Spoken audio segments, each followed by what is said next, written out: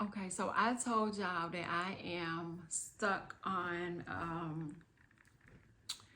the different side of Netflix. Like once you start searching for different kind of movies, you get these suggestions of these movies, and most of them Netflix get right. So the one I told you about last week was 365 Days. Telenovela is on Netflix right now. The second one is the next 365 days. And one thing about these shows, if you single, they juicy. It's like soft porn, so watch it alone. The love making scenes are wild and incredible. They intense, and it's like soft porn, but with a storyline. Like these have a storyline, so it make sense.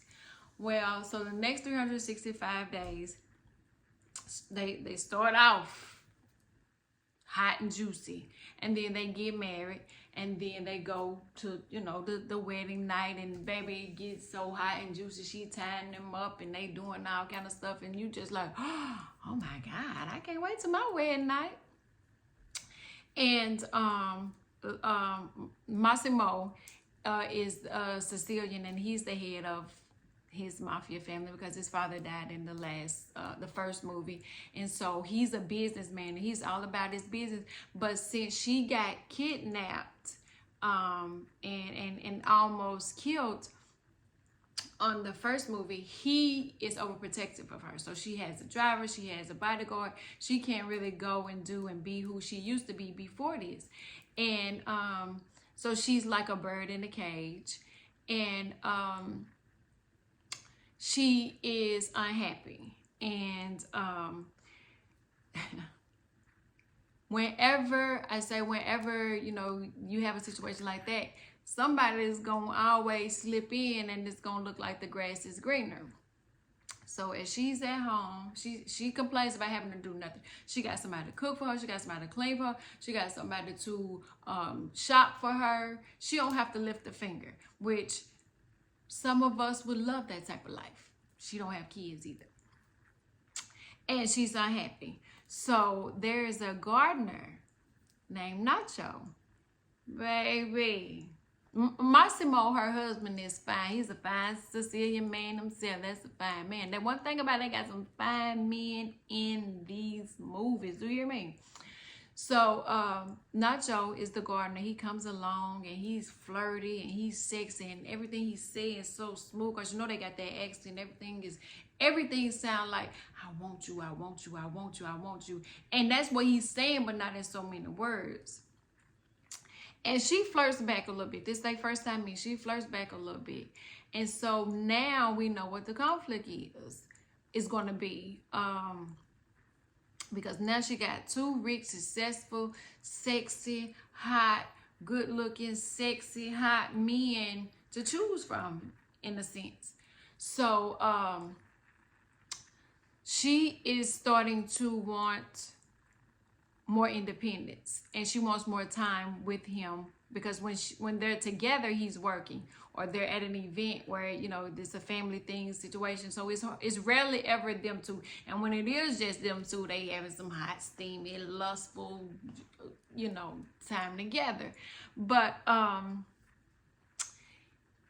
Nacho brings up his own set of problems, and with a name like Nacho, it's his nickname. With a name like Nacho, you already know it's going down.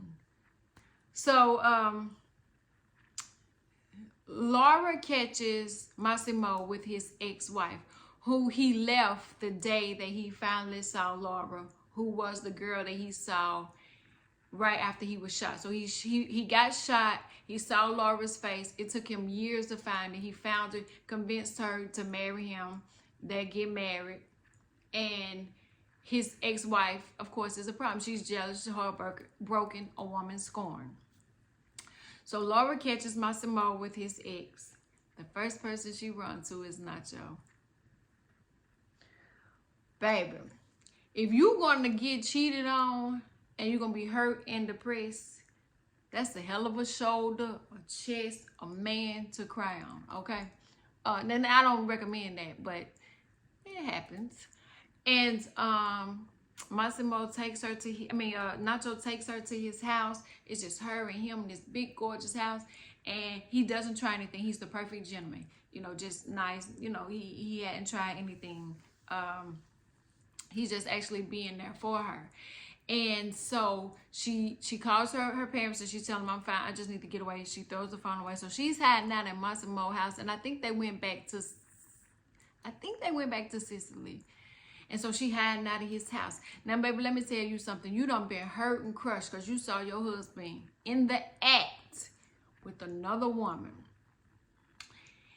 And you run to this man. She had good restraint because she was just hurt, and she allowed herself to be hurt.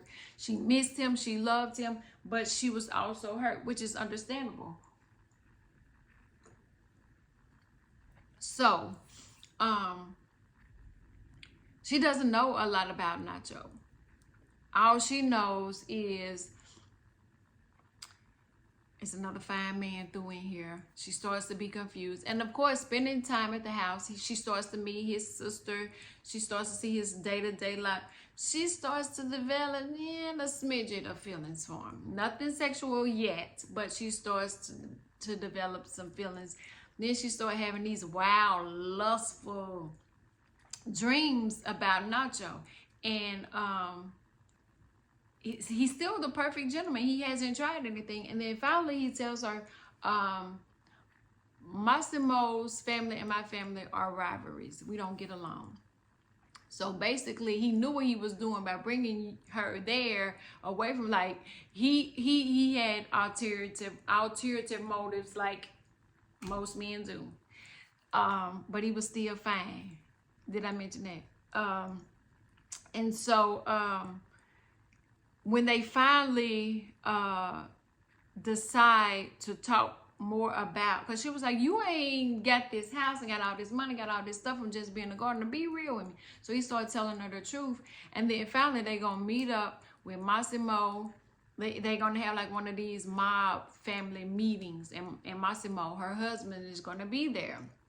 So she was like, fine, it's time for us to have a conversation anyway. Well, as soon as they get there to Nacho's father's house where Massimo is going to be, Laura's kidnapped. And there's something about the movie that I don't want to give away, because if I give it away, it's going to kind of mess it up. But anyway, another thing that pushed Laura away was that Massimo lied about having a brother, because she thought he had no family and that she was all the family that he had.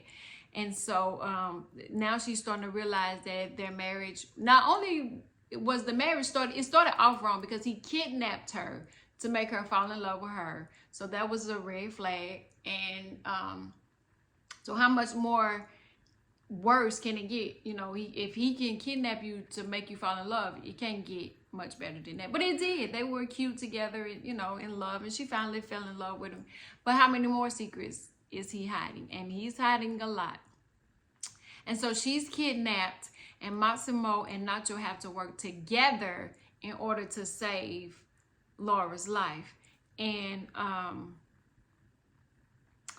it just get crazier, from there. Like it's one of those scenes where they have a shootout and she got to choose who she chooses, and then Massimo and Nacho got to work together because they both love this one woman, and they want to save her life, so that she would choose one of them, pick one of them, hoping that it's them.